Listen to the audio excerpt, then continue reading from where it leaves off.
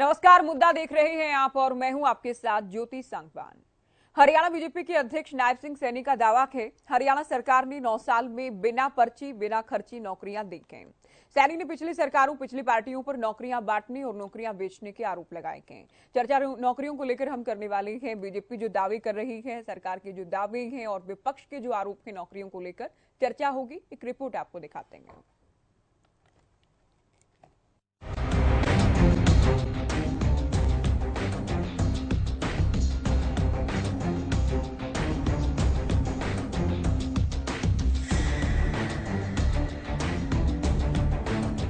हरियाणा में चुनाव करीब आते आते राजनीतिक मुद्दों की गूंज तेज हो गई है।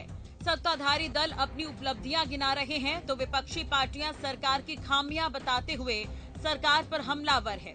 इसी बीच बीजेपी प्रदेश अध्यक्ष नायब सिंह सैनी ने पिछली सरकारों को निशाने पर लिया। जी हां, नायब सैनी ने नौकरियों को लेकर पिछली सरकारों को सवालों के घेरे में लिया है। सैनी ने कहा कि पिछली सरकारों में नौकरियां बेची जाती थी, लेकिन हमने पर्ची खर्ची सिस्टम खत्म कर योग्यता के आधार पर नौकरियां दी है। नहीं तो हमने कांग्रेस का शासन देखा है, अन्य दलों का भी देखा है। नौकरियों के अंदर भ्रष्टाचार होता था और लिस्टें बनती थी, लिस्टें बदलती रहती थी। शाम को बापू बना देता था, सुबह बिट्टा फाड़ देता था, शाम को फिर बिट्टा बनाता था, सुबह बापू फाड़ देता था। ये कर्म चलता था और उस कर्म के अंदर भ्रष्टाचार होता था। जाहिर है नौकरी सीधे युवाओं से जुड़ा मुद्दा है। मनोहर सरकार पिछले 9 साल में हरियाणा गठन के बाद सबसे ज्यादा सरकारी नौकरी देने का दावा करती है। पर्ची खर्ची सिस्टम खत्म कर पारदर्शिता के आधार पर नौकरी देने का दम भरती है, तो वहीं विरोधी दल खाली सरकारी पदों, बेरोजगारी के आंकड़ों और नौकरियों की प्रक्रिया को लेकर सरकार पर वार करते हैं। ऐसे में सरकार के दावों और विपक्ष के आरोपों के बीच इतना तो स्पष्ट है कि आगामी चुनाव में नौकरी एक बड़ा मुद्दा साबित होने वाला है। News desk, Haryana news.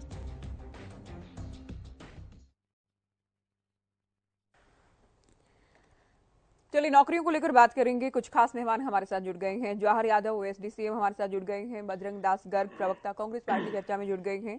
रजत पंजेटा प्रवक्ता इनेलो, निवान शर्मा प्रवक्ता आम आदमी पार्टी हमारे साथ स्टूडियो में हैं और राजेंद्र जादून वरिष्ठ पत्रकार भी डिबेट में जुड़ गए हैं। स्वागत है आप सभी का। शुरुआत जवाहर यादव जी आपसे। बिना पर्ची खर्ची के नौकरी देने का आप लोग दावा करते हैं, लेकिन विपक्ष कभी बेरोजगारी को लेकर, कभी जो सरकारी पद खाली है उन्हें लेकर लगातार आपको घेरता है, आपकी सरकार को घेरता है कि युवा परेशान हैं लेकिन युवाओं को रोजगार नहीं मिल रहा।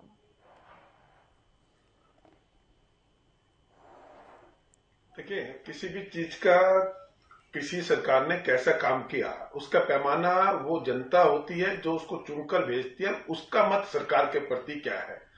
पॉलिटिकल मित्र मेरे उनके पास है, वो तो आरोप लगाते नहीं है क्योंकि वो विपक्ष की राजनीति करते हैं और विपक्ष में ये आरोप लगते रहते हैं।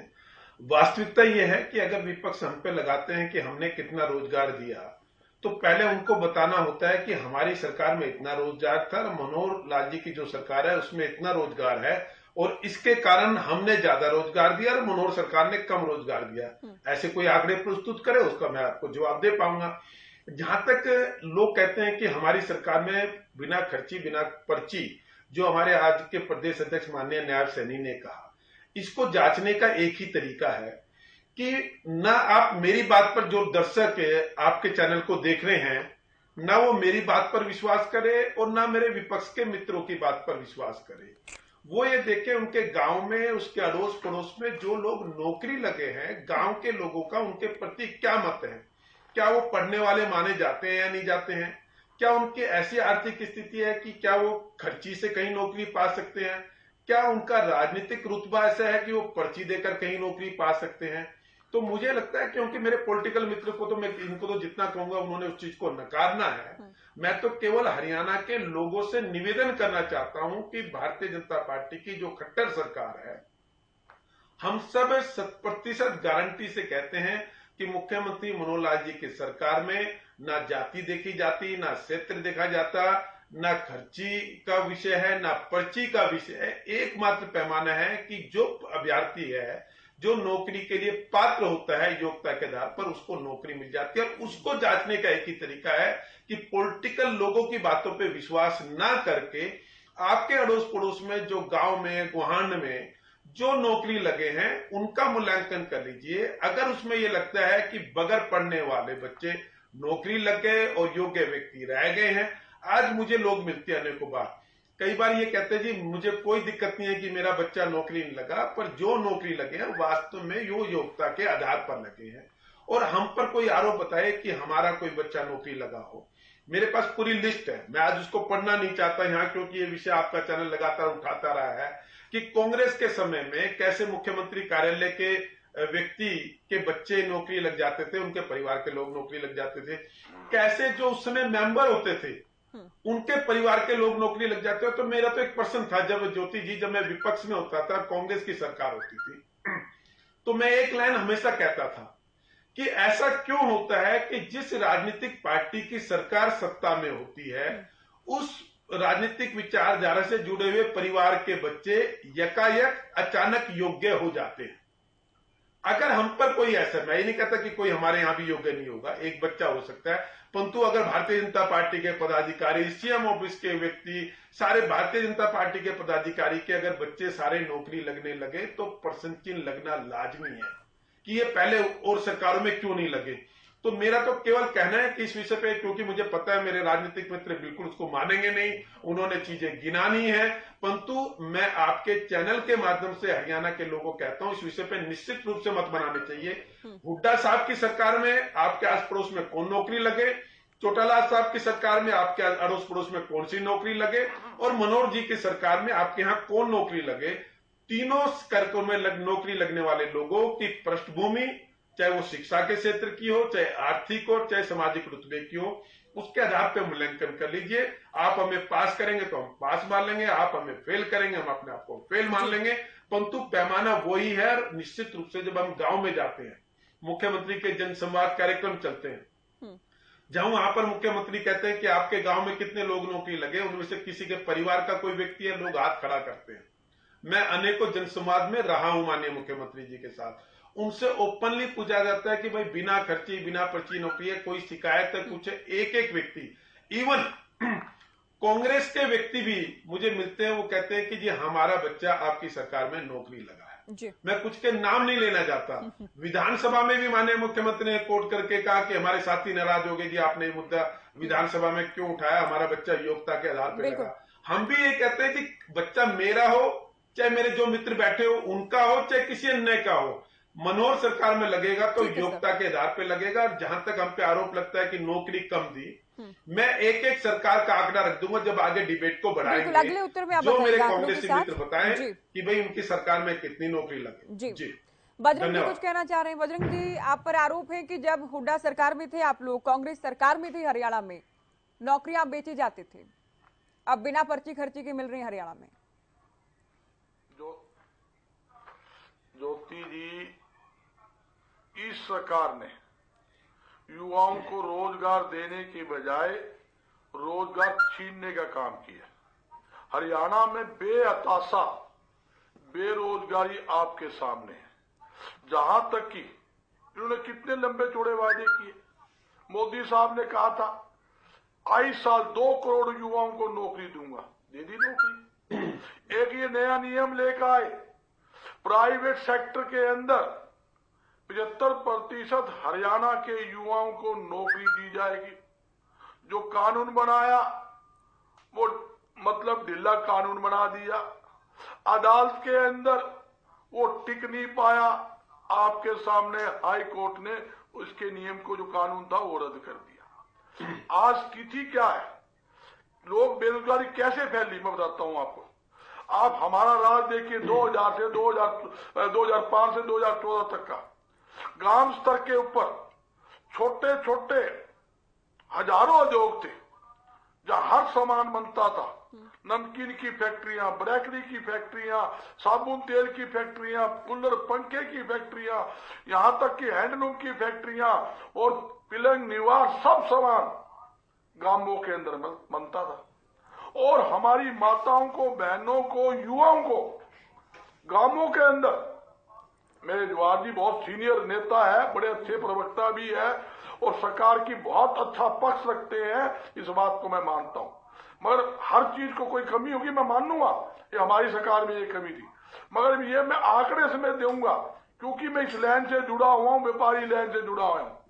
मैं बताना चाहता हूं 80% ग्राम स्तर के अंदर छोटे छोटे उद्योग बंद हुए हैं। मैं आंकड़ा देने के लिए तैयार हूं, आंकड़ा दे सकता हूं, जिसके कारण दुनिया भर की बेरोजगारी फैली है। जब बेरोजगारी फैलेगी नशा भी फैला है, नशे का व्यापार फल फूल रहा है। शराब देख लो, ये कहते हैं बिना खर्ची पर्ची। मैं एक बात पूछता हूं, 2 रुपए की पर्ची क्या वैल्यू है जब करोड़ों रुपए जब तेजिया के अंदर खुलेआम लिए जाते हैं। एक भी सरकारी ऐसा महकमा बता दो जहां बगैर रिश्वत लिए काम होता हो। मैं गिना सकता हूं, चाहे आपका आबकारी कराधान विभाग हो, चाहे तहसील हो, चाहे आपका कोई भी महकमा ले लो, हर महकमा में खुलेआम रिश्वत ली जाती है और कहते रिश्वत नहीं है। शराब घोटाला इनके राज में हुआ है, रिश्ती घोटाला, खनन घोटाला, धान घोटाला, यहाँ तक नौकरियों को लेकर बात करते हैं घोटाला, घोटालों को लेकर बात नहीं कर रहे गर्ग साहब। आपकी सरकार में नौकरियां बेची जाती थी जब आपने या फिर भाई भतीजावाद के आधार पर, क्षेत्रवाद के आधार पर, जातिवाद के आधार पर हुड्डा सरकार में नौकरियां दी जाती थी। आप इस पर आंकड़ा बता दो, एक भी नौकरी हमारे टाइम में एक भी नौकरी भी की हो। 2,02,000 नौकरियां आज भी सरकारी पद इनके राज के अंदर आज भी खाली पड़े हैं। भाई दे दो नौकरियां, रोका किसने हाथ पकड़ा है? ये तो चुनाव के अंदर सिर्फ जुमलानी बात करते हैं। 75% उद्योग के माध्यम से, प्राइवेट सेक्टर के माध्यम से जो नौकरी देने की बात आई वो भी जुमला सिद्ध हुआ इनका। जुमले के सिवाय कोई बात तो नहीं है। भाई यूं बताओ, भाई हमने प्राइवेट सेक्टर के अंदर ये रोजगार दे दिया, हैपनिंग हरियाणा गुड़गामा के अंदर बनाया, करोड़ों रुपए खर्च कर दिए, पूरा गुड़गामा दीवार से रंग दिया और जो बाहर से जो बड़ी बड़ी कंपनियों के लोगों को बुलाया गया, सारा खर्चा, प्लेन तक का खर्चा, ऑटो खर्चा सरकार ने खर्च किया। कितने उद्योग लगे बता दीजिए, गांवों में कितने उद्योग लगे आपके सामने है। हकीकत स्थिति है, आप गांवों की, भाई साहब ने बात की, गांवों में तसल्ली करो, गांवों में तसल्ली करो, गांव वाले बताएंगे कैसे गांव के बच्चे आज बेरोजगार फिर उसके बाद चर्चा में जोड़ते हैं। डबल एमए किया बच्चा लगा लो, बीए पढ़ा बच्चा। ठीक है बजरंग, खत्म कर दी गई, बेरोजगारी बढ़ी, आपकी बात आ गई है सर, अभी आप सुने। ज्योति जी, मेरे मित्र और बड़े भाई ये कहते हैं कि इनकी सरकार में नौकरियां पर कोई आरोप नहीं था। मैं आपको नौकरी काउंट करता हूं जिसको माननीय न्यायालय ने रद्द किया। 2006 आप ही की सरकार थी ना, आपने कहा 2005 से 14 तक आपकी सरकार रही, तो 2006 में भी आपकी सरकार रही होगी बजरंग दास गर्ग जी। 2006 में 1983 पीटीआई भर्ती रद्द की और माननीय सर्वोच्च न्यायालय ने भी रद्द की। 2007 में कैनाल पटवारी रद्द किए जो भर्ती थी। 2011 की लोअर डिविजन क्लर्क, 2013 के 146 कंप्यूटर ऑपरेटर, 2013 में एग्रीकल्चर इंस्पेक्टर, 2013 के जूनियर इंजीनियर, विद्युत विभाग के सहायक लाइनमैन 1586 पद, ऑपरेटर 188 पद। 2006 के आर्ट एंड क्राफ्ट है, ये मैंने वो दी, ये 13 है मेरे पास, अभी 9 की लिस्ट है। ये वो भर्ती है जो माननीय न्यायालय ने हुड्डा साहब की सरकार के बीच इनको रद्द कर दिया भ्रष्टाचार के चलते। ये मैं नहीं कह रहा, ये मेरे आरोप नहीं है बजरंग दास जी, ये माननीय न्यायालय कह रहा है और इस पे अंतिम मोहर लग चुकी है। अब इसके बाद किससे पुष्टि करना चाहते हैं? हमारी एक भर्ती कोई दिखा दीजिए जो माननीय न्यायालय ने रद्द की हो। हमारे समय में 3 भर्तियां हमने खुद वापस ली, जब हमें उनको डाउट हुआ, उनके पेपर निश्चित रूप से हमने वापस लिए, परंतु माननीय न्यायालय ने आज तक हमारी कोई भर्ती रद्द नहीं की। इवन वो भर्ती भी, ज्योति जी मैं याद दिलाना चाहता हूं क्योंकि वो टीवी डिबेट आप लोगों ने भी की थी और मेरे मित्र जो बैठे हैं वो भी डिबेट पे रहे थे। एक पुलिस भर्ती थी जिस पर ये आरोप लगा था कि इसमें कोई लोग नशा लेकर उसमें, तो उसकी इतनी आलोचना हुई थी, उसके बाद उस मैटर को कोर्ट में ले जाया गया। उस समय का ऑर्डर है, जिस मेरे मित्र को चाहिए उसकी पीडीएफ फाइल मैं भेज दूंगा। माननीय उच्च न्यायालय ने यह कहा, आज तक हरियाणा में इससे पारदर्शी तरीके से पुलिस की भर्ती नहीं हुई, ये रिकॉर्ड पे लिखा है। माननीय न्यायालय हमारी तारीफ कर रहे हैं। मैं बजरंग दास गर्ग जी से कहूंगा, मैंने उनकी 9 भर्तियां गिना दी हैं, वो कोई हमारी एक भर्ती बताएं जिस पर उन्होंने भर्ती किए। एक भर्ती में हमारे में जरूर एक वेलफेयर ऑफिसर में आया था, उस पर भी जाके बाद में कोर्ट ने उस पर स्टे कर दिया। ठीक है तो सर, हमारी कोई भर्ती आज तक अंतिम निर्णय ऐसा नहीं है भले ही कैंसिल कर दें, लेकिन अदालत ने कभी भर्तियां रद्द नहीं की हैं हमारी। आप लोग बहुत बार दावा करते हैं इस बात का। पंजिटा जी, जब भी हमें शिकायत मिली तो हमने कर दी। जब भी भर्तियों की बात होती है रजत जी, नौकरियों की बात होती है, तो आपकी पार्टी को तो यूं ही घेरा जाता है कि आपकी पार्टी के सुप्रीमो नौकरियों के मामले को लेकर ही जेल में गए। तो आप लोग तो कम से कम मेरिट के आधार पर अभय के बयान को लेकर भी लगातार बीजेपी की बात करें, कांग्रेस की बात करें, आप लोगों को घेरते आए हैं कि मेरिट में आप लोग बिलीव नहीं करते हैं। देखिए ज्योति जी, अगर हम मेरिट में बिलीव नहीं करते होते तो वो जो भर्ती की आप बात करते हैं वो माननीय हाईकोर्ट और माननीय सर्वोच्च न्यायालय तक उसको चैलेंज किया गया और वो भर्ती माननीय सुप्रीम कोर्ट ने ठीक ठहराई। और उसमें तो बच्चे प्रॉपर एचसीएस में आए हैं। उस लिस्ट में से बच्चे जो 3206 जेबीटी टीचर्स की बात कर रहे हैं, अगर वो मेरिट के और वो उसकी भर्ती के लायक नहीं होते तो वो तो उससे बहुत आगे का क्लास 1 पोस्टों में जाके उन्होंने तो पेपर क्रैक करके और वो उसमें भर्ती है और उनको तो आगे इंक्रीमेंट भी मिली है, उनकी प्रमोशन भी हुई है। वो भर्ती तो बिल्कुल ठीक है। वो आज बता दीजिए उसमें से एक बच्चा भी निकाला हो कोर्ट ने, तो अगर वो भर्ती गलत है तो बताए कोई यहाँ पे बैठ के, मैं चैलेंज करता हूँ। दूसरा ये बात करते हैं, बहुत बड़ी बड़ी अभी इन्होंने बात करी।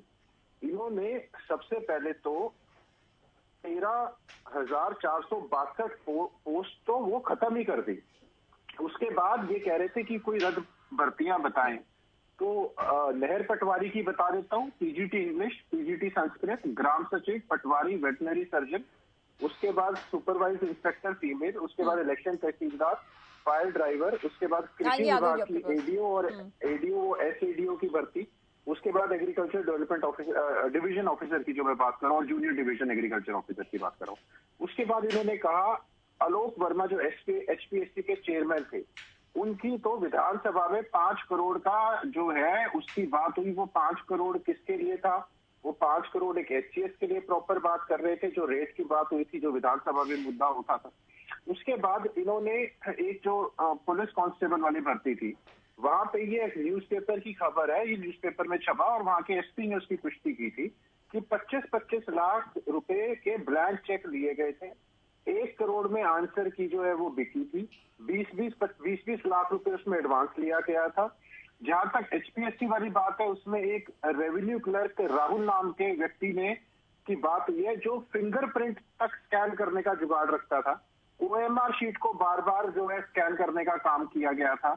उसके बाद उसमें जब वो रोल नंबर और वो जो पाए गए उनके पास, उसमें डेंटल सर्जन, एग्रीकल्चर, उसके बाद इंस्पेक्टर, उसमें जूनियर लेक्चरर का भी आया, उसके बाद उसमें एक्साइज और नायब तहसीलदार, एक्साइज इंस्पेक्टर, नायब तहसीलदार का भी आया।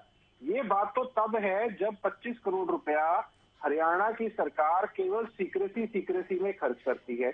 इनकी सरकार ने डोमिसाइल को पहले 15 से 5 और फिर कई भर्तियों के लिए केवल 3 साल के लिए योग्य के तौर पर योग्य मानकर उसको जो है वैलिड करने का काम किया, जिसका फलस्वरूप जब एसडीओ की बिजली विभाग में भर्ती का काम बात आई तो उसके अंदर इन्होंने क्या किया, 80 में से केवल 2 हरियाणा के 2019 के अंदर।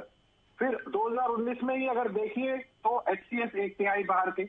उसके बाद 2020-21 में एसडीओ जब लगने थे तो 180 में से केवल 22 हरियाणा के। 2019 में अगर असिस्टेंट प्रोफेसर लगने थे पॉलिटिकल साइंस के तो 18 में से 11 बाहर के। 2019 में अगर एग्रीकल्चर डेवलपमेंट ऑफिसर रखने की बात आई तो 23 में से 16 बाहर के। 2021 में अगर टेक्निकल एजुकेशन लेक्चरर की जनरल कैटेगरी की बात आई, उसमें 157 में से 106 बाहर के। ऐसे ही स्टाफ नर्सिंग और पता नहीं कितनी कितनी भर्तियां HSIDC की ले लीजिए, स्टाफ नर्स की ले लीजिए, हरको बैंक में से ले लीजिए, पोस्ट कहाँ चलेगी, पुलिस की कांस्टेबल की ले लीजिए। उसके बाद इन्होंने फिर दोबारा उसको री एडवर्टाइज किया, सेम पेपर लीक हुआ। आपको भी पता है ग्रुप 56-57 का कैसे अगले दिन ही के 28,000 बच्चों ने सेम पेपर देख के सेम किया। उसके बाद इनके क्वेश्चन रिपीट हो जाते हैं, ये बचता है तो क्वेश्चन रिपीट हो जाते हैं। उसके बाद ये बड़ी बड़ी बात करते हैं। इन्होंने बात करी, आप ये बताइए हरियाणा के मुख्यमंत्री के ऑफिस के अंदर, ये तो रहे ऑफिस के अंदर, आप बताइए अभी भी चीफ फीडबैक ऑफिसर कहाँ के हैं? उसके बाद ज्यादातर आयोग, उसके बाद commission, board, university, AG office तक ज्यादातर गैर संवैधानिक और ज्योतिषी संवैधानिक पदों पे बैठे लोग, जो उच्च पदों पे बैठे वो भाग के, शिक्षा से लेकर विज्ञान, चिकित्सा और खेल तक में लोग भाग के, हायर एजुकेशन के इनके काउंसिल के चेयरमैन है वीके कुटलिया, पहले भी भ्रष्टाचार के आरोप लग चुके हैं। एचपीएससी के जो चेयरमैन है आपको पता है, नागर के, उसके अंदर इनके ऊपर भ्रष्टाचार के आरोप लग चुके हैं। आप बात करते हैं 350 लाख रुपया पकड़ा गया था लोक वर्मा के पास, वो एचपीएससी के ऑफिस के अंदर 350 लाख कम नहीं होता। उसके बाद आप बताइए कौन से ऐसे घोटाले हैं? अभी तो मैं सिर्फ भर्तियों पे बात कर रहा हूँ। भर्तियों के 4 पेज है मेरे पास भर्तियों के, क्योंकि ऊपर से लेकर नीचे तक जितनी अखबार की कटिंग है उनको ट्रैक किया गया है। तो आप बात करते हो बिना खर्ची बिना पर्ची की, तो अटैची लेके यादव साहब आएंगे आपके पास। अभी मैं आम आदमी पार्टी को पहले चर्चा में जोड़ दूं। पंजिटा जी ने बहुत सारे आरोप लगा दिए हैं। नहीं, और एचएसएससी की भी, अगर मैं एचएसएससी की बात जवाहर जी करेंगे को उत्तर भी देना है, लेकिन अभी मैं आम आदमी पार्टी को भी चर्चा में जोड़ लेती हूँ। पंजिटा जी पहले मैं खत्म कर रहा हूँ ज्योति, जल्दी। बहुत बड़ा स्कैम, लेकिन वो केवल सरकार इनकी इलेक्शन से पहले उसको खुलासा करने का काम करेंगे। एचएसएससी का इतना करोड़ों का घोटाला है, आप जनता हैरान हो जाएगी। ये कैसे ये कहते हैं बिना पर्ची बिना खर्ची का एचएसएससी का, लेकिन वो सिर्फ सही वक्त आने पे उसका खुलासा किया जाएगा। सही वक्त का इंतजार अब है। अच्छा, आम आदमी पार्टी को चर्चा में जोड़ते हैं। निवान जी, देखिए ये दावा जो है, एचपीएससी से बात करें, एचएसएससी से बात करें, हरियाणा सरकार ने 9 साल में हरियाणा गठन के बाद सबसे अधिक नौकरियां दी हैं, इसमें कोई दो राय नहीं। तो क्या इस बात के लिए तारीफ होनी चाहिए हरियाणा सरकार की? देखिए, अभी मैं जवाहर जी को बहुत ध्यान से सुन रहा था, बहुत सीनियर प्रवक्ता हैं, और मुझे लगता है कि जितनी डिटेल सरकार की इनके पास है वो दे सकते थे, लेकिन इन्होंने शुरुआत में ये कहा कि मैं जानता हूं कि जो मेरे राजनीतिक मित्र हैं वो मेरे किसी भी पॉइंट पर यकीन नहीं करेंगे और बहुत सारे पॉइंटर्स इनके पास होंगे काउंटर करने के लिए। तो कहीं ना कहीं मुझे लगता है शायद ये भी जानते हैं कि बहुत सारी ऐसी चीज़ें हैं जो सरकार के खिलाफ या सरकार की जो विफलता है वो बताने के लिए है। इन्होंने ये भी कहा कि पहले मेरे जो राजनीतिक मित्र हैं वो सब बताएं कि उनकी सरकारों ने क्या किया। मुझे लगता है ये बहुत इंपॉर्टेंट पॉइंट है। यहीं से मैं शुरू कर सकता हूं कि अगर मैं दिल्ली की बात करूं, दिल्ली के अंदर हमने मोस्ट इंपॉर्टेंट चीज जो हमारी है वो ये है कि जो गवर्नमेंट है उसकी ओरिएंटेशन, मतलब गवर्नमेंट की जो नीयत है और नीति है वो युवाओं पर केंद्रित है। हम जो भी पॉलिसी बनाते हैं उसका सरकारी नौकरी कितनी दी केजरीवाल सरकार ने, आप ये बता दें। मुझे कंप्लीट करने दीजिए। मैं पूछ रही हूं, मैं आपको विद डिटेल सारी चीजें बताऊंगा, बस मुझे कंप्लीट एक फ्लो में करने दीजिए। जरूर। उसके बाद हमारा जो ओरिएंटेशन है, जो नीति है वो युवाओं पे आधारित है। हम रोजगार प्रोग्राम्स बनाते हैं, हमारे रोजगार की पोर्टल्स हैं। अगर आप दिल्ली के बारे में जानते हैं, दिल्ली में देश का सबसे बड़ा रोजगार पोर्टल है जिसके थ्रू हम 12 लाख से ज्यादा युवाओं को रोजगार ऑन रिकॉर्ड इन दिल्ली दिलवा चुके हैं। उसके बाद अगर हम पंजाब की बात करें, क्योंकि देखिए दिल्ली में हमारे पास सर्विसेज नहीं आती है, सर्विसेज हमारे अंडर नहीं आता है, तो हम आउट ऑफ द बॉक्स जितना युवाओं के लिए कर सकते हैं हम वो कर रहे हैं, और वो भी देश में सबसे ज्यादा है। उसके बाद अगर हम पंजाब की बात करें, वहां सर्विसेज हमारे पास आती है। 1.5 साल के अंदर हम पंजाब के अंदर 38,000 on record government jobs they चुके हैं और 8,000 से ज्यादा हम लोगों को पक्का कर चुके हैं, और 50,000 से ज्यादा जो हैं वो अब हमारे पास जो है तैयारी है पक्का करने की और नई जॉब्स निकालने की। ये 1.5 साल के अंदर हमने किया। आप इसको 9 साल के साथ कंपेयर कर लीजिए हरियाणा के, आप अपने आप अंदाजा लगा लेंगे कि कौन सा किस स्पीड पे काम कर रहा है। हम ऐसा नहीं करते हैं कि हम चुनाव वाले साल में हम जॉब्स निकाल दें कुछ चुनाव के लिए और उसके बाद वो 3-3, 4-4 साल उनकी पोस्टिंग लटकती रहे, कोर्ट में चली जाए, प्रोसीजर कंप्लीट ना हो पाए, सिलेक्शन प्रोसीजर पे सवाल उठ जाए। हम ऐसा नहीं करते हैं। हमने 1.5 साल में आते ही जॉब्स निकाली, लोगों को जॉब्स पे अपॉइंट किया और वो अपना काम कर रहे हैं। उसके बाद अब हम आते हैं हरियाणा सरकार पर। हरियाणा ने अभी तक क्या क्या किया है जॉब्स को लेकर, मैं आपके सामने पॉइंट बाय पॉइंट रख रहा हूं, और इसके किसी भी पॉइंट को लेकर अगर किसी को कंफ्यूजन हो तो वो मेरे से उसके तथ्य ले सकता है या उसकी कटिंग्स ले सकता है, मैं आपको दे दूंगा। 33.4% यूथ जो है हरियाणा का, वो आज ना तो जॉब कर रहा है ना पढ़ रहा है। ये डेटा है, और इसी डेटा के बिहाफ पर एक आर्टिकल है जिसमें यह लिखा है कि हरियाणा में क्राइम रेट इतना हाई है कि नाबालिग जो बच्चे हैं वो सबसे ज्यादा क्राइम में हरियाणा में जाते जा रहे हैं, क्योंकि उनके पास ना पढ़ाई करने के लिए कुछ है, ना उनके पास जॉब्स है करने के लिए। उसके बाद जिस हरियाणा को इन्वेस्टमेंट का हब होना चाहिए, आज वो इन्वेस्टमेंट में डाउन जाता जा रहा है, क्योंकि लॉ एंड ऑर्डर या एक जो सरकार को माहौल बनाना चाहिए जॉब्स के लिए, बिजनेस के लिए, वो बनाने में विफल रही है सरकार। लॉ एंड ऑर्डर की वजह से डीमोटिवेटेड होती हैं कंपनीज एंड इंडस्ट्रीज, जिनको छोड़ के जाना पड़ रहा है। सबसे बड़ा एग्जांपल है टेक्सटाइल इंडस्ट्री। हरियाणा की फेमस टेक्सटाइल इंडस्ट्री जो है वो पूरी तैयारी करके बैठी है कि हम हरियाणा को छोड़ के जाना है, और वो दूसरे राज्यों में उसकी ऑलमोस्ट फाइनलाइजेशन पे। आप ये सोचिए, अगर ऐसी बड़ी इंडस्ट्री चली जाती है कि कितने हजारों युवाओं का रोजगार प्रभावित होगा। उसके बाद है कि 1.8 लाख पोस्ट जो हैं वो हरियाणा में वेकेंट हैं। सरकार ने उसके लिए क्या किया, उसके लिए इनके पास कोई भी जवाब नहीं है। उसके बाद 30,000 सिर्फ और सिर्फ टीचर्स की पोस्ट वेकेंट है, 4,500 असिस्टेंट प्रोफेसर्स की पोस्ट वेकेंट है। आप देखिए, अगर 30,000 टीचर्स की पोस्ट वेकेंट रहेगी और हम रिटायर्ड टीचर्स को फोर्स करेंगे पढ़ाने के लिए, तो शिक्षा का क्या स्तर रहेगा ये आप समझ सकते हैं। 4,500 अगर असिस्टेंट प्रोफेसर्स की पोस्ट वेकेंट रहेगी तो आप समझ सकते हैं कि एजुकेशन पे सरकार की क्या ध्यान है, सरकार की क्या पॉलिसी है एजुकेशन को लेके। उसके बाद एक भी पेपर ये ठीक से नहीं करवा पाते हैं। आप सीईटी की बात कर लीजिए, युवा जो है वो दर दर के धक्के खा रहे हैं, ना सीईटी कंप्लीट से इंप्लीमेंट कर पा रहे हैं, ना उसका इनके पास कोई सोल्यूशन दिख रहा है आने वाले, ना ये अभी 9 साल में उसका कर पाए। उसके बाद HCS की एक एग्जाम इन्होंने कराया जिसके अंदर 100 पोस्ट थी, 100 में से 100 लोग भी ये पूरे प्रदेश में से नहीं चुन पाए जो 45% मार्क्स लेके पास कर जाते। केवल 60 लोग चुन पाए और उन्हीं 60 लोगों को इंटरव्यू राउंड में बुलाया गया। 45% मार्क्स लेने वाले बच्चे भी हम तैयार नहीं कर पा रहे हैं हरियाणा में। ये है एजुकेशन का स्टैंडर्ड हरियाणा में। उसके बाद एक पीयून की पोस्ट निकलती है अगर हरियाणा में, उसमें 4421 लोग अप्लाई करते हैं, जिसमें से PhD हैं, जिसमें MBA हैं, जिसमें मास्टर्स किए हुए लोग हैं। पीयून की पोस्ट अप्लाई करने के लिए मजबूर हो रहे हैं। ये स्टैंडर्ड ऑफ, ये क्वालिटी ऑफ एजुकेशन है हरियाणा में। उसके बाद 13,000 ग्रुप डी की अगर पोस्ट निकलती है तो उसके अंदर 13 लाख युवा अप्लाई करते हैं, जो बसों के ऊपर चढ़ के धक्के खाकर एग्जाम देने पहुंचते हैं और उन्हें बाद में पता लगता है कि वो पेपर लीक हो गया। किस तरह से एक नेक्सस के तरह, ये कहते हैं पर्ची नहीं, ये नेक्सस है, ऑर्गेनाइज्ड नेक्सस है इस समय हरियाणा में जो है, जो जॉब्स के ऊपर एज अ नेक्सस काम कर रहा है। इसमें CBI और ED की रिपोर्ट है कि किस तरह से OMR शीट्स मिली हैं जो डिस्ट्रॉटेड हैं। उसके बाद 60,000 टेम्परेरी जॉब्स के लिए ओपनिंग निकलती है और 12 लाख युवा हरियाणा का इंक्लूडिंग MBA PhD सप्लाई करता है। मैं 30 सेकंड्स में कंप्लीट कर रहा हूं। उसके बाद back to back paper leak हो रहे हैं हरियाणा में। पिछले साल के क्वेश्चंस रिपीट कर देते हैं और जब कोर्ट में मामला जाता है तो जो सरकार है वो पेपर सेट करने वाली एजेंसी के ऊपर ठीकरा फोड़ देती है, जबकि पेपर सेट करने वाली एजेंसी कोर्ट में स्टेटमेंट देती है कि हम क्वेश्चन सेट नहीं करते हैं, ये सरकार का काम है क्वेश्चन सेट करना। किस तरह से इन लोगों की पूरी जो एक जॉब्स को लेके और एजुकेशन को लेके नियत है वो क्वेश्चंस के घेरे में है। मैं चाहता हूं कि सर पॉइंट बाय पॉइंट अगर हमें जवाब दें तो युवाओं को भी आसरा मिलेगा कि सरकार हमारे लिए सीरियस है कि नहीं। 9 साल इन्हें सरकार में हो गए, आज भी जब सर ने अपने जब सर ने अपने बात की शुरुआत की तो उन्होंने बोला कि पहले मुझे विपक्ष बताए उन्होंने क्या किया। अगर 9 साल बाद भी सरकार को विपक्ष को उससे पूछने का कर रहा है तो मुझे लगता है कि सरकार पूरी तरह से विफल है जॉब्स और एजुकेशन। एक तो आपकी पर्ची खर्ची वाली बात का तोड़ तोड़ के विपक्ष के पास की अटैची वाली सरकार के, पर्ची खर्ची की सरकार नहीं है।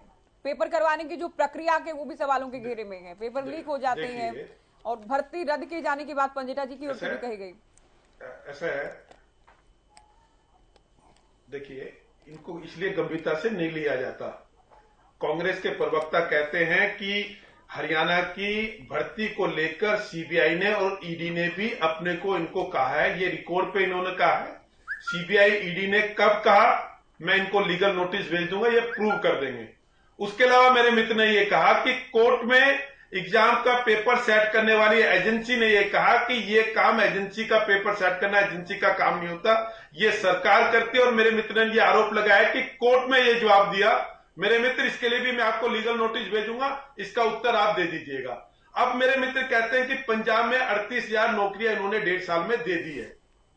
आपकी मेरी टीम जब यहां डिबेट में आने से पहले भी मैंने पंजाब की जो भी साइटें हैं नौकरी से संबंधित, चाहे वहां की सिविल सर्विस की हो चाहे अन्य हो, किसी पे 38,000 का कोई विज्ञापन मुझे नहीं मिला। अगर मैं ये कहता हूं कि हमने 1,06,000 नौकरी दी है, तो हमारे एचएससी और एचपीएससी की वेबसाइट पे जाकर उनका विज्ञापन निकला, कब वो भर्ती की प्रक्रिया पूरी हुई, कितनी पोस्टें हैं, वो सब उस पर डली है। आप अभी भी बैठ के सर्च करके देख सकते हैं। इसलिए कुछ भी झूठ बोल देना। और दिल्ली में कहा, दिल्ली का मेरे पास जवाब है, जब रामवीर वद्यूडी ने दिल्ली की विधानसभा में क्वेश्चन लगाया, और कुल मिला के मुझे एग्जैक्ट फिगर नहीं, पर वो 2000 के आसपास है या 1700 फिगर थी, जिसमें दिल्ली सरकार ये कहती है कि हम 8 साल में केवल 1700 या 2000 लोगों को सरकारी नौकरी नहीं दे पाए। मेरे मित्र कहते हैं कि वहां सरकारी सर्विसेज दिल्ली सरकार के पास नहीं है। डीटीसी कितना बड़ा महकमा है, जल बोर्ड जो आपका 75,000 करोड़ के घाटे में है, वो कितना बड़ा महकमा है। और ऐसे ही दिल्ली एडमिनिस्ट्रेशन, ये तो दिल्ली सरकार के तहत आता है, जिसमें हजारों स्कूल है, वो किसके अधीन आते हैं। तो कम से कम बैठकर झूठ बोलना, ये मुझे लगता है आम आदमी पार्टी की एक स्टाइल बन गई है। और मैं तो रिकॉर्ड पे कह रहा हूं, मैं अपने मित्र को लीगल नोटिस भेजूंगा, और निश्चित रूप से या तो मेरे मित्र माफी मांगेंगे, नहीं तो 2-3 साल में फैसला आएगा, जैसे राहुल गांधी के साथ हुआ था, इनके साथ भी होगा। और केजरीवाल की तो विशेषता है पूरे खानदान की, आरोप लगाओ और बाद में उसकी माफी मांग लो, क्योंकि आरोप तो छपता है बड़े उसमें, और जब माफी मांगते हैं वो तो एक लाइन छपती है। अब मैं आता हूं मेरे कांग्रेसी मित्र के पास। इन्होंने कहा कि हमने हर गांव में नमकीन की थी, फैक्ट्री थी। मुझे मेरे 6200 गांव में से मेरे मित्र को कहता हूं, उनकी सरकार में मुझे आज नहीं होगा, अपने स्टडी करके मुझे बता दे कि किस किस गांव में नमकीन की दुकानें, कूलर बनाने की दुकानें, फैक्ट्रियां थी गांव के अंदर, वो बंद हो गई है, मुझे दे दीजिए। अगर हमसे कहीं चूक हुई होगी, मैं खुले मन से माफी मांगूंगा। पहले लिस्ट दे दीजिए कि हर गांव में जो फैक्ट्रियां थी वो किस किस गांव में थी। दूसरा, इसके लिए सबसे बड़े कौन है। और मेरे मित्र ने एक और बड़ा आंकड़ा दिया, आम आदमी पार्टी के मित्र ने या कांग्रेस ने दिया। इन्होंने कहा कि उनके ऑफिस में 350 लाख करोड़ पकड़े गए।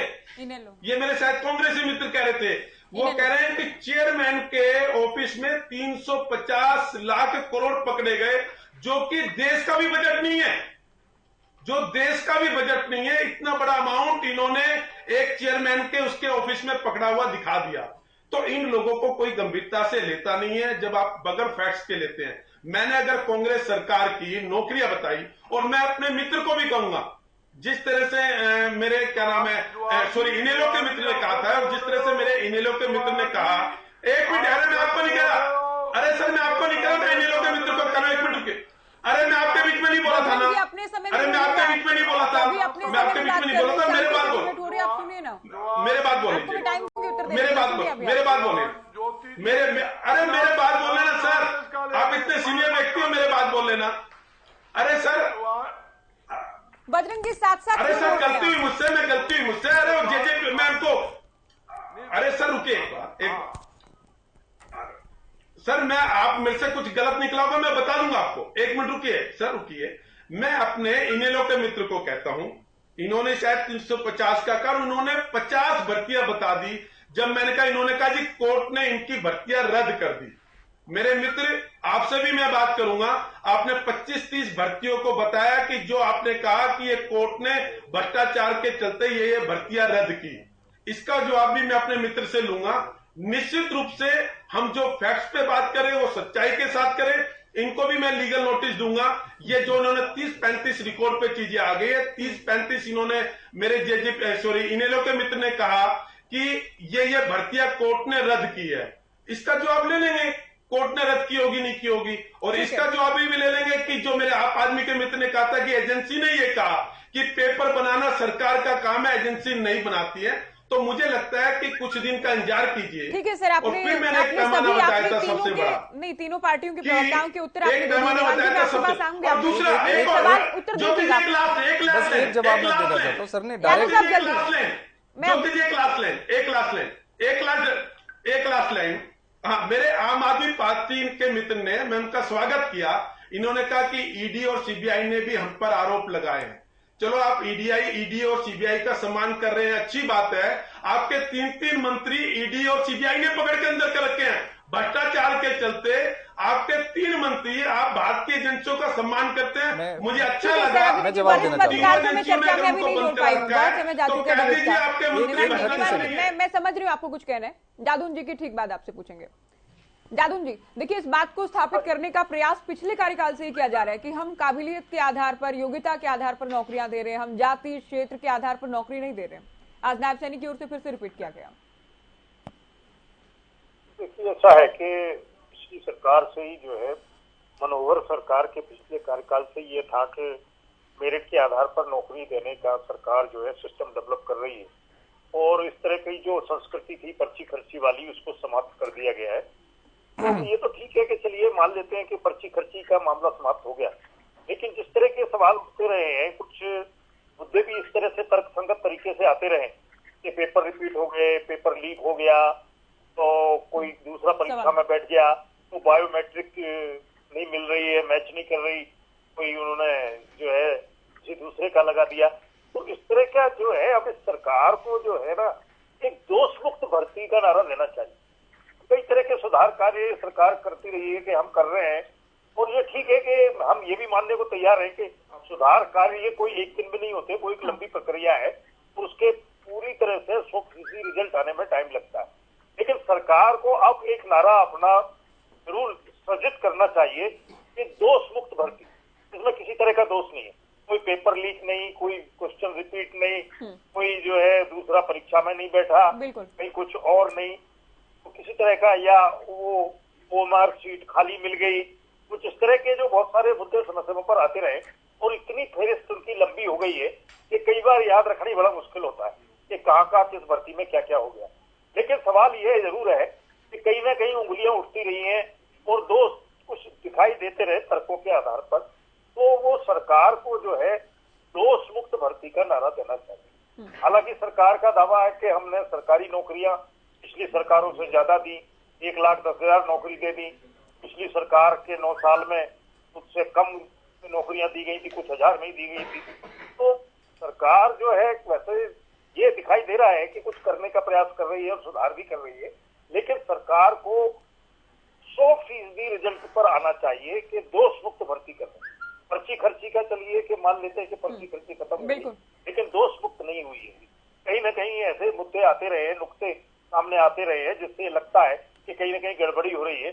सरकार की नीयत ठीक हो है, मान लीजिए कि सरकार अच्छा ही करना चाहती है और सब कुछ साफ सुथरा करना चाहती है, लेकिन जो सिस्टम में जुड़े हुए लोग हैं वो कहीं ना कहीं मुझे लगता है कि गड़बड़ी करते हैं। तो सरकार को दोष मुक्त भर्ती, बिल्कुल ही अच्छा सुझाव है। सरकार पर इस पर वाकई विचार करना चाहिए। निवान शर्मा जी, एक तो पंजाब को लेकर आपने झूठ बोला, ये बीजेपी के आरोप थे। दिल्ली को लेकर आपका ये कहना कि सरकारी पद देने का अधिकार हमारे पास है ही नहीं, सरकारी नौकरियां है ही नहीं, ये भी झूठ बोला आपने। जवाहर यादव जी का कहना।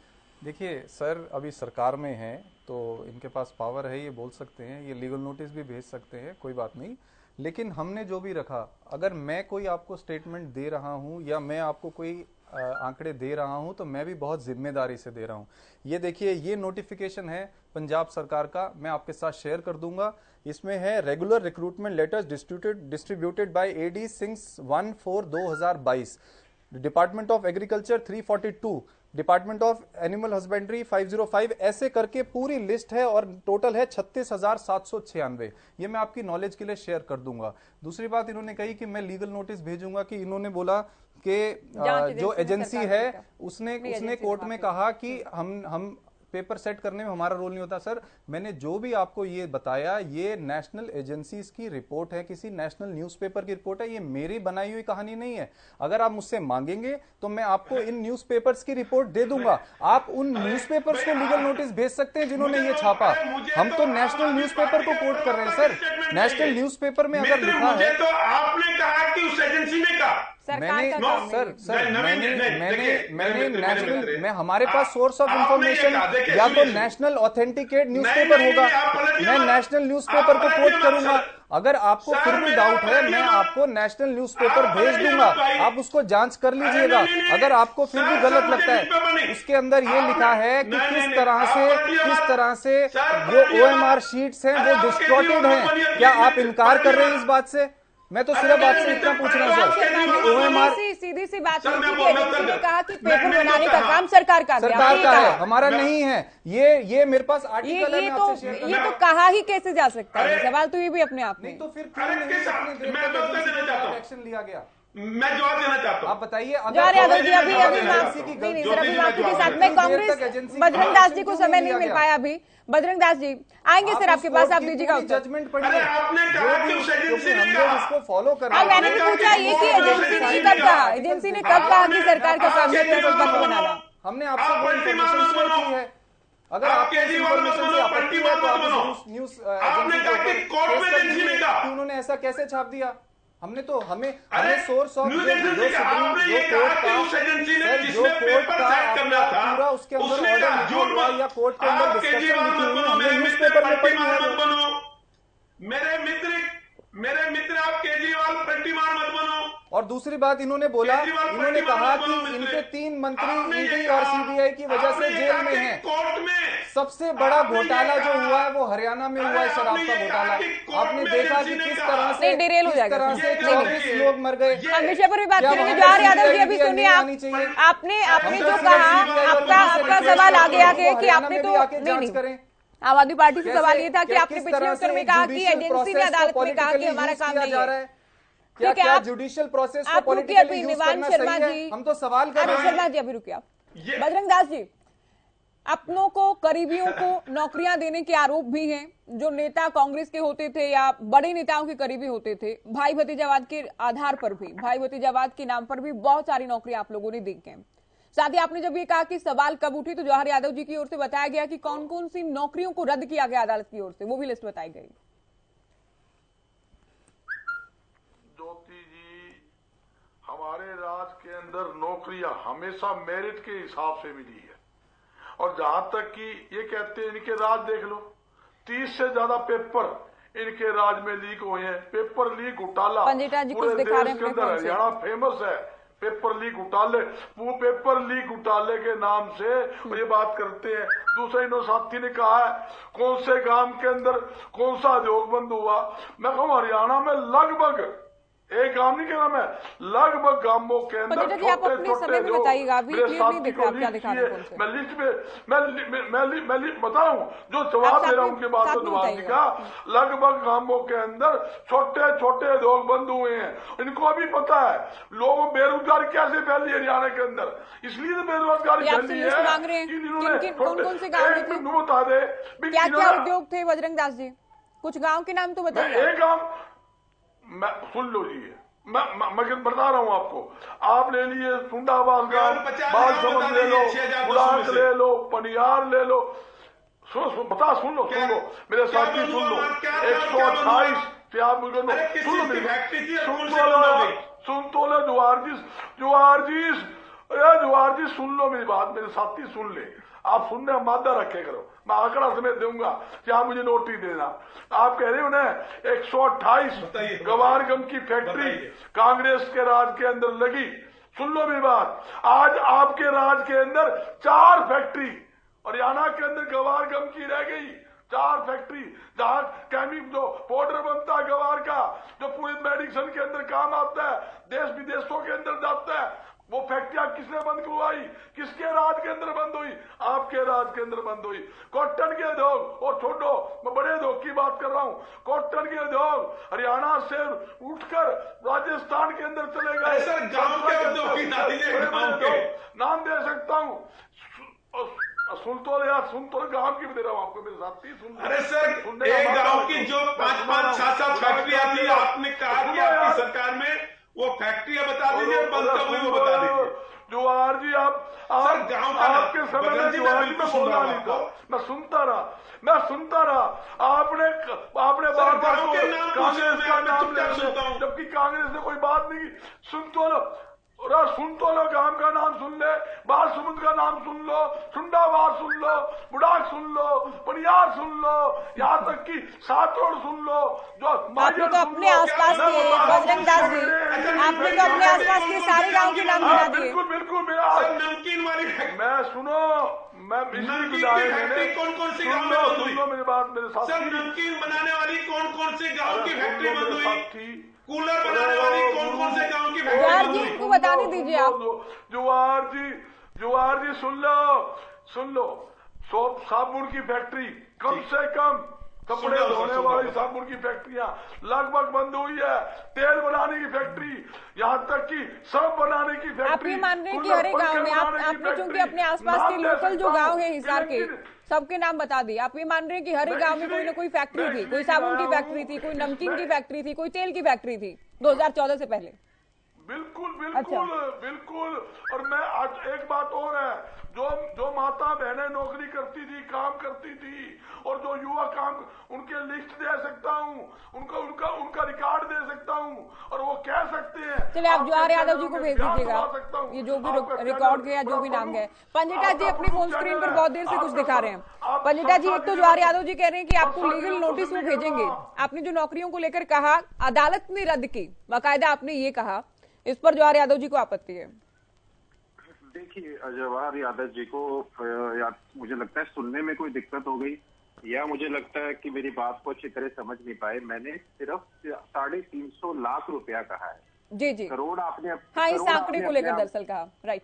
करोड़ आपने अपने आप जोड़ दिया और उसके बाद बोल दिया कि इनकी बात को गंभीरता से ना लें। मैंने 350 लाख रुपया बोला है, जो 350 करोड़ पड़ता है, जो कि जिसमें 70 एक जगह और कुछ लाख एक जगह, तो वो 350 लाख आपको 350 करोड़ ही बैठता है। दूसरा, मेरे पास अखबार की कटिंग है। मैंने कहा इनकी भर्तियां जो सिरे नहीं चढ़ पाई या जो रद्द हुई, उसके पास मेरे पास प्रॉपर अखबार की कटिंग है, जो मैं टीवी पे लगातार दिखा रहा हूँ। अगर आप कहें तो मैं दोबारा दिखा देता हूँ। ये प्रॉपर न्यूज रिपोर्ट है, इसके अंदर सारी की सारी भर्तियां अच्छी तरह स्क्रीनशॉट ले लें और लिख लें। ये या अखबार की रिपोर्ट है कि अखबार अगर आप बोलते हैं जिसमें सीधा लिखा है जो भर्तियां सिरे नहीं चढ़ पाई आपकी, और बेरोजगारी में हरियाणा नंबर 1 है, उसके अंदर सारी की सारी भर्तियां हैं। अगर आप बोले तो मैं दोबारा बोल देता हूँ। उसके अंदर ग्राम सचिव की है, पटवारी की है, जो मैंने पहले भी बोला, करनाल पटवारी बोला, महिला सुपरवाइजर बोला, उसके बाद मैंने फायर ड्राइवर बोला, कृषि विभाग की बोला, पीजीटी संस्कृत, टीजीटी संस्कृत, उसके बाद पीजीटी अंग्रेजी, उसके बाद जेलर, उसके बाद नहर पटवारी, इसके बाद ये सारी वेटनरी सर्जन की है, जेएलए की है, उसके बाद इलेक्शन तहसीलदार की है। ये सारी भर्तियां जो सिरे नहीं चढ़ पाई, मैंने अदालत वर्ड यूज नहीं किया था, नहीं, जो सरकार के रद्द हुई सिरे नहीं चढ़ पाई, मैंने अदालत, इन्होंने अपने आप जोड़ दिया। नहीं, सरकार ने ये कहते ये है पंजिटा जी, मैं माफी के साथ आपको रोक रही हूँ बीच में। बीजेपी कहती है कि ऐसा नहीं कि अदालत ने कभी रद्द कर दी हो, हमें अगर लगा कि कोई खामी है, सही से नहीं प्रक्रिया पूरी हुई, तो हम खुद ही रद्द करते हैं। ज्योति जी, बहुत में एफआईआर भी रजिस्टर्ड है, इनमें बहुत सारी भर्तियों में एफआईआर रजिस्टर्ड है। तो एक मिनट आप जवाब दीजिए जवाहर यादव जी। पहली बात तो डिबेट अगर करनी है ना, तो सरकार की धमकी हर बात के ऊपर की, आप रहे होंगे ओएसटी ऑफिस के अंदर, सरकारें आती जाती रहती हैं। आप 6 महीने सबको, आपके साथ जितने भी हैं, ये सारे प्रवक्ता हैं पार्टियों के। अगर आपने सत्ता के अहंकार में सभी को लीगल नोटिस देने की धमकियां बैठ के दे दी है, तो आप एक काम कीजिए, चैनल को बोलिए सिर्फ आपका इंटरव्यू किया करें 1 to 1। आपको क्या जरूरत है प्रवक्ताओं की औरों की? अगर आपसे कोई बात कर रहा है, न्यूज़पेपर की कटिंग को कोट करके बात कर रहा है, आपको अपने दिन भूल गए क्या? और आगे भी आनी जानी रहती है। कांग्रेस 10 साल रही थी, आपको पता है क्या हुआ था कांग्रेस का? आप 10 साल रहे हो, आपको भी बैठना पड़ेगा विपक्ष में। तो ये प्रवक्ता उत्तर देता हूँ, जब आदमी के पास फैक्ट्स नहीं होता तो यही करते हैं। धमकी बड़ी टोन नहीं देनी चाहिए साथियों के साथ। ये धमकी, मैंने आपको कहीं लीगल नोटिस देना मेरा अधिकार है। लीगल नोटिस देना, अगर आप गलत बोलेंगे, लीगल नोटिस देना भारत के प्रत्येक व्यक्ति का अधिकार है। लीगल नोटिस केवल सरकार का व्यक्ति देता है क्या? आपको इतनी जानकारी होनी चाहिए। लीगल नोटिस, अगर आप किसी के ऊपर झूठा बोलते हैं, उसकी मान प्रतिष्ठा को अपमानित करते हैं, तो लीगल नोटिस भारत का प्रत्येक व्यक्ति किसी को भी दे सकता है। इसलिए आप यहां बैठ के अपनी ग्रीन ब्रिगेड वाले स्टाइल में बात नहीं कीजिएगा। ये मेरे संविधान ने यह अधिकार दिया है, मेरे संविधान ने यह अधिकार मुझे दे रखा है, मेरे संविधान ने मुझे अधिकार दे रखा है। लीगल नोटिस देना मेरा संविधानिक अधिकार है। डॉक्टर अरविंद शर्मा, चलिए जवाहर जी, हम पंगिटा जी को सुनते हैं पहले। पंगिटा जी, आप अपनी बात पूरी करें, आप अपनी बात पूरी करें। डॉक्टर अरविंद शर्मा जो आपका सांसद, बजरंग जी आप भी रुकिए, अभी बजरंग जी रुकिए आप। ज्योति जी इनको कहिए डॉक्टर अरविंद शर्मा जी को दीजिए। डॉक्टर अरविंद शर्मा जी खुले बजरंग जी कहाँ ले जा रहे हैं डिबेट को? आप रुकिए, अभी आप रुकिए, कहाँ जा रहे हैं? रुकिए। गर्ग साहब एक मिनट। ये ज्योति जी, मुझे इस चीज से कोई आपत्ति नहीं है। आप छोड़िए, आप हर डिबेट में ये बात बोलिए। आप किसी एक प्रवक्ता को बोलते समझ में आता, तो तीनों को अलग अलग बातों को लेकर बोला गया है ना पंजिटा जी? आपने तीनों को, ये तो कोई रूल नहीं है कि एक को ही बोलना है, दो को ही बोलना है, तीन को नहीं बोलना है। ये तो कोई ऐसा तो कोई नियम नहीं है। हम विषय पर बात कर लेना, हम इनकी ओर से जो कहा गया उस पर बात ना करते हुए हम मुद्दे पर बात कर लें। हाँ ज्योति जी, कोई बात नहीं, अच्छा अच्छी बात है, रखिए ये रवैया, हमें कोई आपत्ति नहीं है। आप हर डिबेट में ये रवैया रखिए। अगर आप भी सपोर्ट कर रहे हैं ज्योति जी, नहीं पंजिटा जी, आपको पता है मैं नहीं जो बात ये कोई तो बात नहीं ज्योति जी, मैं आपको अगर ये कहूँ कि क्यों ना हम विषय पर बात कर लें पंजिटा जी, इसमें कोई बुराई है क्या? हमारे समय में 4 लाख पक्के कर्मचारी, इसमें कोई बुराई है अगर मैं ये कहूँ कि आप अपना उत्तर पूरा कर लें? इनकी ओर से जो कहा गया, लीगल नोटिस देने की जो बात है, तीनों को क्यों कहा गया, ये क्या विषय है क्या ये? अरे हम देंगे जवाब, हमारे पास है ना, हमारे पास बैकअप है, हम देंगे मैं आपको उत्तर दे दूं। ठीक है, अभी समय कम है, समय कम है। हम जवाहर यादव जी देखिए, जादौन जी ने जो कहा वो देखिए बिल्कुल एक आप कहें कि जायज एक सुझाव है अपने आप में। कंप्लीट होने दीजिए, कंप्लीट होने फिर दीजिए। आप वो लीगल नोटिस वाली बात को नहीं, उसी बात को लेकर बैठ गए आप। तरह से समय भी नहीं है ज्योति जी, हाँ। नहीं कर रहा वो बात, मैं इनके लेवल की बात थोड़ी ना कर रहा हूँ। 4 लाख पक्के कर्मचारी थे हमारे समय में। आप बताइए इनके समय में कितने पक्के कर्मचारी हैं? 1,62,000 सॉरी 1 लाख इन्होंने कौशल रोजगार में, जो 1 साल का रोजगार है, ज्यादा से अब जितनी इन्होंने भर्तियां करी, आप ये बताइए कितने बच्चे आज की डेट के अंदर हड़ताल पे बैठे हुए जिनको 1-1 साल से ऊपर हो गया? पूरी लिस्ट है उसकी मेरे पास। उसके बाद ये कहते हैं कि इन्होंने 10 साल के अंदर इतनी भर्तियां दी है जो एवरेज 7,500 के आसपास आती है।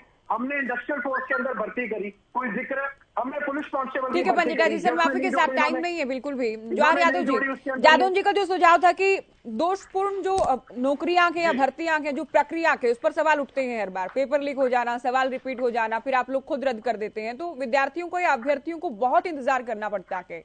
तो सरकार को चाहिए कि इन खामियों को दूर किया जाए। देखिए, निश्चित रूप से कोई भी सकारात्मक सुझाव, चाहे कोई वरिष्ठ पत्रकार दे, चाहे मेरा कोई पॉलिटिकल मित्र दे, चाहे हरियाणा एक सामान्य व्यक्ति दे, हम उस पर प्रयास करते हैं कि चीजें और बेहतर कर सके।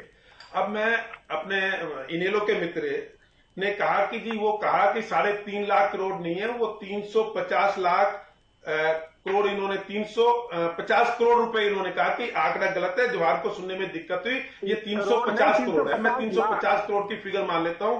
ये इन्होंने कहा कि 350 लाख, क्या बात है? अरे सर 350 लाख मान लेता हूं, तो आप इसको अरे 350, हाँ तो 350 लाख मान, 350 लाख मान लेता हूं। अरे सर मैंने मान लिया 300, अरे सर 350 मान लिया। सुन लीजिए, आपने 350 लाख माना, मैंने 350 लाख मान लिया। अब इस पे इसका भी आपको कर लेते हैं। अच्छा, मेरे मित्र बड़ा ज्ञान दे रहे थे, मैं आजकल इमेलों पे टिप्पणी इसलिए नहीं करता जानबूझ कर कि कुछ जनाधार नहीं है, मुझे लगा इनका कुछ जनाधार बढ़ जाए, इसलिए मैं चुप रहता हूं। क्योंकि इनका जनाधार बढ़ना, मुझे लगता है कि एक पार्टी जो लंबे समय सत्ता में रही और हमारे कारण सत्ता में आती रही, हमारे सहयोग के बगैर कभी आई नहीं, तो मुझे लगा इनका 1-2% वोट बढ़ जाए। ये नहीं चाहते तो मैं इनको एक्सपोज कर देता हूं। मैं फिर रिकॉर्ड पे बता रहा हूं, चौटाला साहब के इस समय की रद्द हुई भर्तियां रिकॉर्ड पे बता रहा हूं। सर किस लिए वो गए थे जेल में, सबको पता है। उसके अलावा उनके जो भर्ती थे जिसमें हमने औद्योगिक सुरक्षा बल, आपके समय की भर्ती थी, क्यों रद्द करनी पड़ी? रद्द हुई नहीं हुई क्योंकि उसमें से कुछ लोग आज भी हमारे पास आते हैं जिनको हमने किसी न किसी तरह कहीं टेम्परेरी तौर पे, वो कहते हैं जी हम परिवार हमारे खराब हो रहे हैं।